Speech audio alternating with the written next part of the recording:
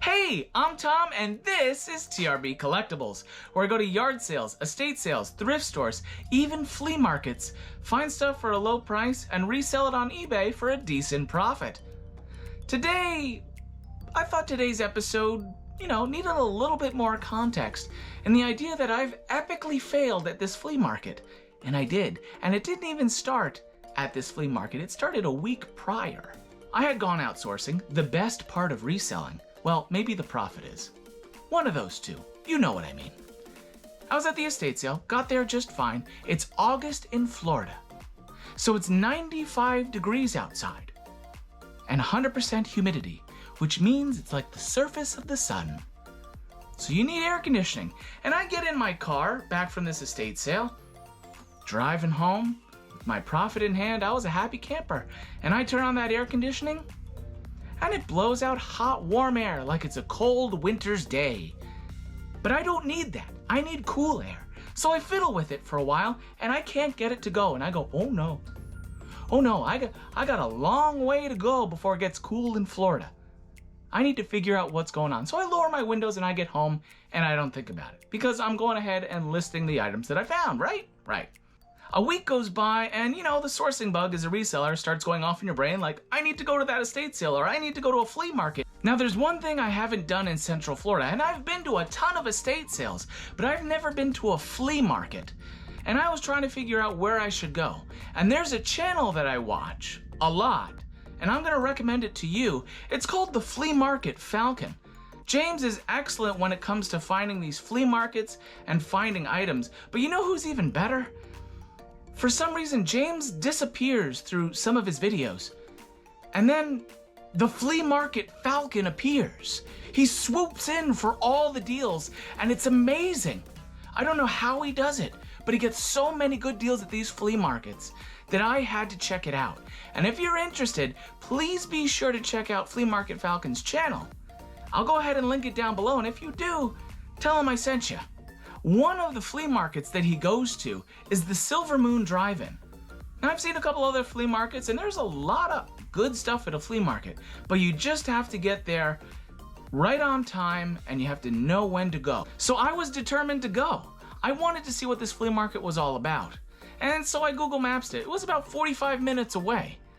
And I thought to myself, well, my air conditioning's not working, but if I leave early enough, it'll balance out. I should be okay. So I wanted to get there closer to 8:30. Earlier the better, right? I should have left at like 7:45.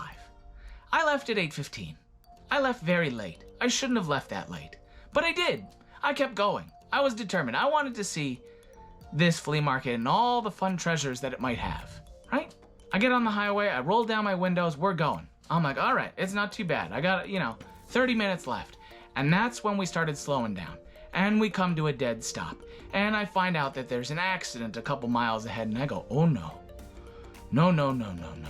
I have hot air blowing out of this car, my windows are rolled down, I get no breeze, and it's warm. I'm glad I brought water. I really am, because I'm starting to sweat like there's no tomorrow. It's like I'm in a sauna. But we're going. It takes about 2 hours. 2 hours and 15 minutes to get there, because I even had back roads to go through once I got off the highway. But the highway was the worst part, and it was supposed to be the easiest part. I get all the way there, and it's looked like I've run a marathon, and I haven't even gotten out of the car. I get there close to 11 o'clock. I looked in that parking lot, and half the vendors weren't even there. My heart sank, to be very honest. But I made it all the way there. I'm still gonna try to go do it. I get out of the car, and I'm gonna try to find as much as I can, and you're gonna see what I tried to find.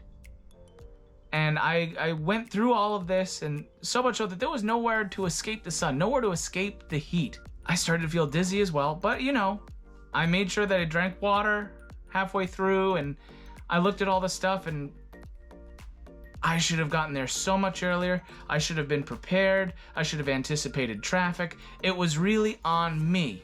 And the best part about this whole experience of going to this flea market was that I learned a lot from it. And I wanted to share it with you.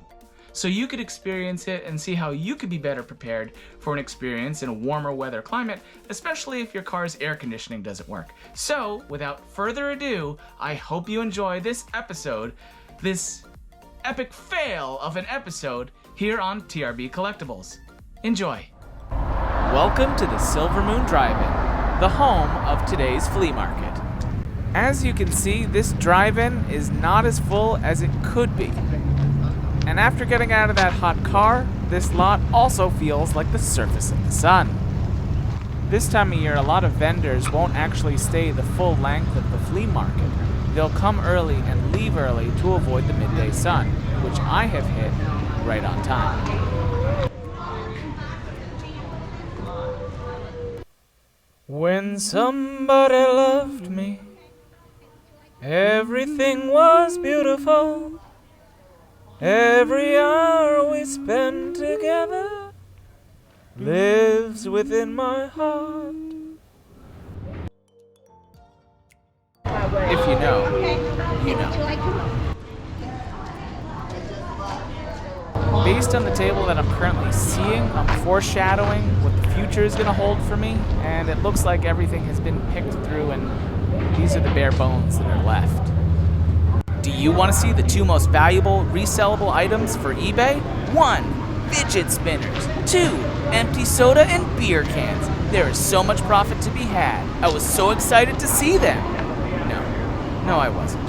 First of all, those fidget spinners, that person got to their third-party manufacturer for Amazon way too late, and now they have hundreds of them that nobody wants to buy.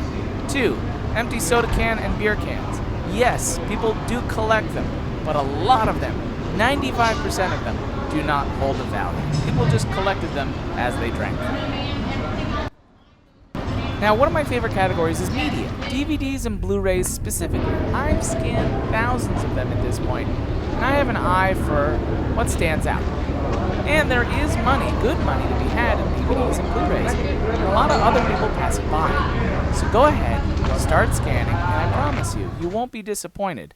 In this case, I could tell that it was somebody's former bulk buy, and it wasn't going to be worth it to me. And I really couldn't find anything because it's already been picked over.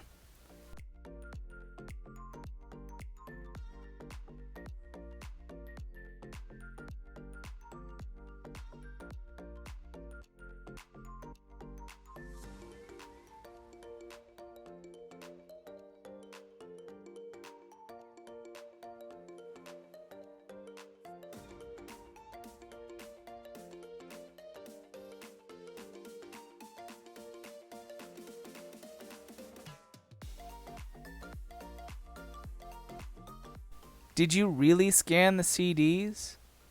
Because if you did, more than likely at an estate sale, flea market, thrift store, you're going to go ahead and find a Santana CD. Guaranteed. This was the most varied vendor. They had a wide selection of items that were all a random mishmash. Like you have boxing gloves, a bicycle tire, a banana holder, a random stand, a candle holder, a football mold, some shears, a gas container, plants, you name it. There was even a tennis bag back there. This was clearly somebody's storage locker that they laid out on the asphalt, and a lot of it was just the leftovers. I found this Bose remote, and I've done well with Bose remotes before, but unfortunately this one did not carry a value to the speaker that it did connect to.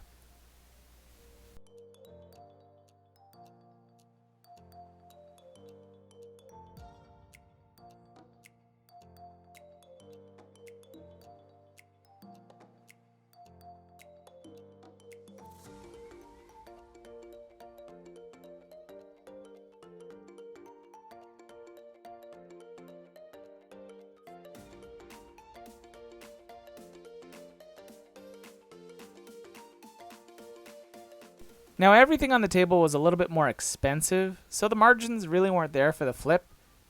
The only thing I was really interested in was the large Baymax plush, but when I got closer, it did have stains on it, which I really didn't want to deal with, so I did leave it behind. I did like that Golden Spider-Man Hero of the Year award, though. I did notice this VHS DVD combo was in its original box, it had its packaging, but the vendor, they wanted $50 for this and they weren't coming down, so I did have to leave it behind. As you can see, some of the vendors have already started packing up, so I had to speed up to catch some of the vendors before they put everything away to see if I found anything of profit at this flea market.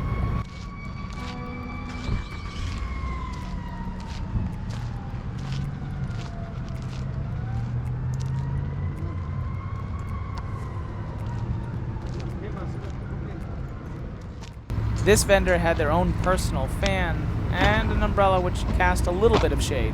There wasn't much to be found, and they already started putting their stuff away. To be honest, I was one of the few people actually shopping at this flea market. Thank you so much for watching this episode. The reason I wanted to highlight this and add a little bit more context is to really show you the trials and tribulations of full-time reselling. It's the idea that not everything is perfect. That you have to work hard in order to find and achieve that profit you're looking for. With this experience, it taught me a lot, not only about myself, but about reselling in general and the responsibilities of what I need to do in order to achieve success. From this experience of what I learned at this flea market going forward, I was much better prepared for the next one. It taught me a lot about knowing when I should do things and when I shouldn't do things. If my car doesn't have any air conditioning in August in Orlando, Florida, when it's 95 degrees, should I have really gone sourcing 40 minutes away? Probably not. Should I have probably get the car fixed? Yeah. It's priorities. It taught me a lot, and I wanted to really share that experience with you. It will happen. You won't necessarily find something at the flea market. You won't necessarily find something at the thrift store every single time, but when you do, you'll appreciate it more. So I hope you learned a little something from this experience and you took away something that you can learn from. If you have any questions or comments about this whole experience or anything that you might want to know, please let me know in the comments down below. I'm more than happy to answer it, and I greatly appreciate it if you could go ahead and click that like button. Well, I hope you have a great rest of your day, and thanks for watching.